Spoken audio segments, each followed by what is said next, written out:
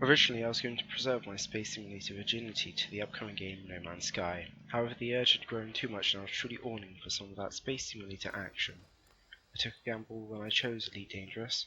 Its reviews were mixed at best, and even though the positive reviews doubled that of the negative ones, I had a slight regret when paying the initial £20 price tag for the game. When first starting the game I felt sheer excitement. It had been a while since I played a game that just threw you into the universe and left you to fend for yourself. The last of which being Terraria, and before that Minecraft. I really do love having as little information as possible when it comes to playing a sandbox game for the first time. If I don't know how to do something, I'll search it up. Very fitting for a modern day society, I guess. I'll make sure to cherish my naive love for this game as much as possible, for my love for Minecraft has whittled ages ago, just like I feel my love for Terraria is. I've always had a fascination of space and flight, so hopefully this game will last a lot longer than the others. Space flight at first seems complicated. This game boasts 6 angles of flight. The closest thing I can relate this to is using RCS and KSP, something I never did because using SAS was enough for me. Flight is wonderful in Elite Dangerous. You really have control over the craft if you use a joystick, or God forbid the gamepad of which I currently use. You're also given the option to not have flight auto control, which means you are truly drifting around in space if you want that helpless sort of feeling. The community tell you that a joystick with an accelerator, just like our pilot here, is the best way to play this game. I can only imagine this experience is trumped with VR. Mayhap this be the game that pushes me to invest in a headset a few years down the line. I'll get back to that in a minute. Flight from one planet to another was pretty confusing for the first 15 minutes. You can only hyperdrive to some stars, the main one in each system. To travel from location to location in the same system you must use supercruise. You'll be in it upon exit of hyperdrive. I rarely come across other humans in the universe. Most I come across are NPCs. This is both good and bad. It's bad because I would like to see some fully fledged wars between groups of people for a planet or a station, or for the sheer fact that a high ranking pilot would drop me some super rare loot so that I can sell it to put me at a greater advantage, but it's not exactly hard to get cash in this game. It's good that you don't come across players immediately because they would likely set ambushes for unsuspecting new players like myself.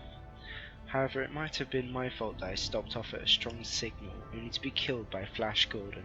Still, it beats the spam of AI ships that will try to loot you for your 100 credit cargo in solo flight mode. Supercruise may sound awesome, but it doesn't grant you immunity from other players. You can be yanked out of it quite easily. It spurs a kind of mini game where you have to get to the escape vector before your ship overheats and has to drop you out of supercruise. Once you're out of supercruise, you have to wait for your FTL navigator to charge up and let you go into supercruise. Meanwhile, you'll be attacked by the other ship that dragged you out of your careless state. I say earning credits is easy.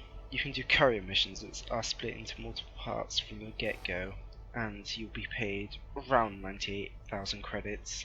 It isn't a lot compared to the 200 million credit ship. This price excludes parts. However, stopping off to see some of the suns align, or to gawk at some of the beautiful Saturn clones really does make the experience a whole lot better. I return to the previously mentioned part about how long the game will last. A season pass with only one DLC is currently available on the marketplace for around £20. This can be made cheaper by buying the bundle for the game. The page says it's currently in development, meaning more content should be coming. But by the looks of it, I may have dodged a bullet by not buying into it just yet, because the reviews of the season pass are overly negative. The game also supports the good type of microtransactions, vanity items. Painting your ship is only available to you if you fork out some extra cash.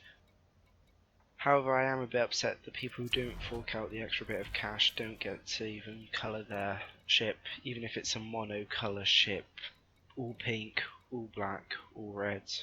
I guess they could fix this I guess this could change in the future, or they could make me pay an absurd amount of credits for the painting option. Then again, I'm rarely going to see the outside of my own ship anyway, unless I can toggle an out-of-cockpit view. So, to summarise, I feel that this game is definitely worth investing if you're looking at No Man's Sky. It's more realistic by the looks of it, there isn't a skewing view of hype culture playing its part. You know what you're getting, it runs in our own galaxy, so technically you're learning. The RNG of the star spawns can be truly breathtaking, and I have a deep suspicion that this game is going to be around for much longer than No Man's Sky. Quite frankly, I wouldn't be surprised if I totally missed the launch of No Man's Sky because of this game.